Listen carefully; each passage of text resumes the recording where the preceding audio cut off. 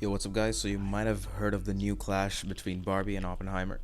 Today, we're going to be reviewing the Oppenheimer movie and figuring out if it's a good watch for you or not.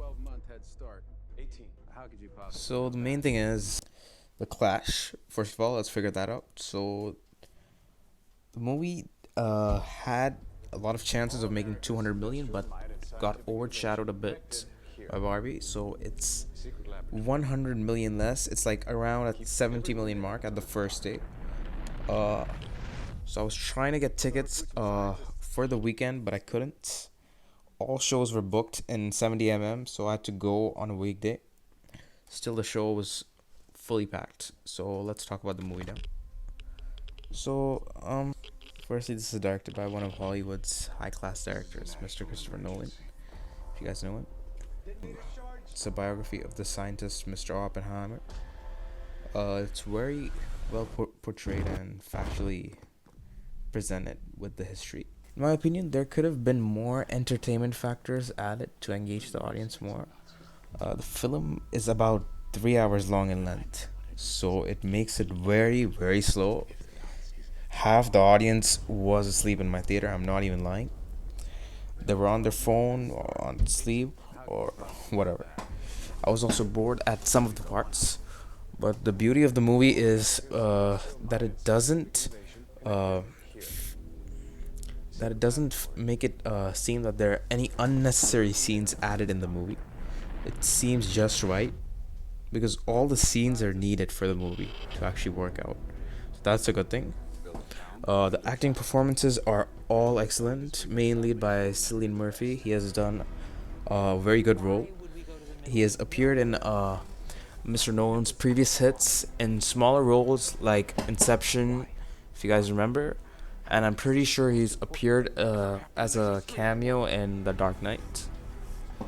So now he has gotten the main lead, probably the deserving role. His body language and expressions as Oppenheimer were fantastic. He was basically living the character, in my opinion.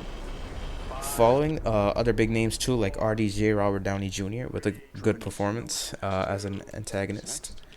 The best part of the movie was the cinematography, which led the audience eyes shining all the way. All the scenes of the big cut we see, the big sets and everything, that was the best part. Everyone is looking at that part. And of course, the sound effects for the atom bomb, it's fantastic. You can feel it every time, and it's not really like goosebumps. It's more of a jump scare. So each time there's a bomb, you might feel a jump scare. Yeah.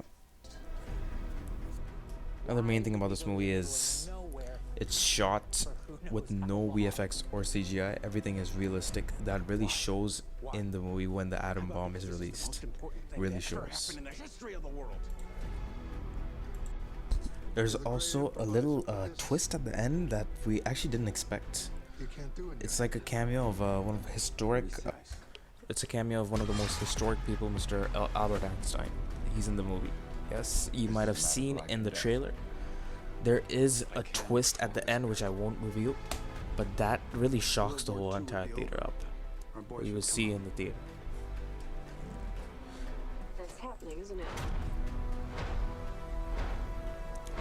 So as you know, I watched this in IMAX 70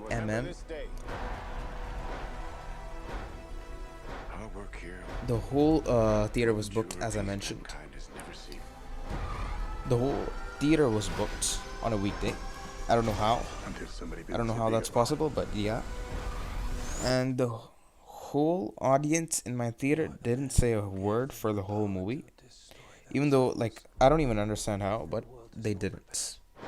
Usually they do when there's a jump scare, but maybe they were too focused on the movie. But the climax was good anyway. Overall, a good watch. It's really slow, but it's worth for the cinematography and the performances. If not, maybe go watch a action movie, Mission Impossible, or if you want a comedy, go watch Barbie. But this is my review.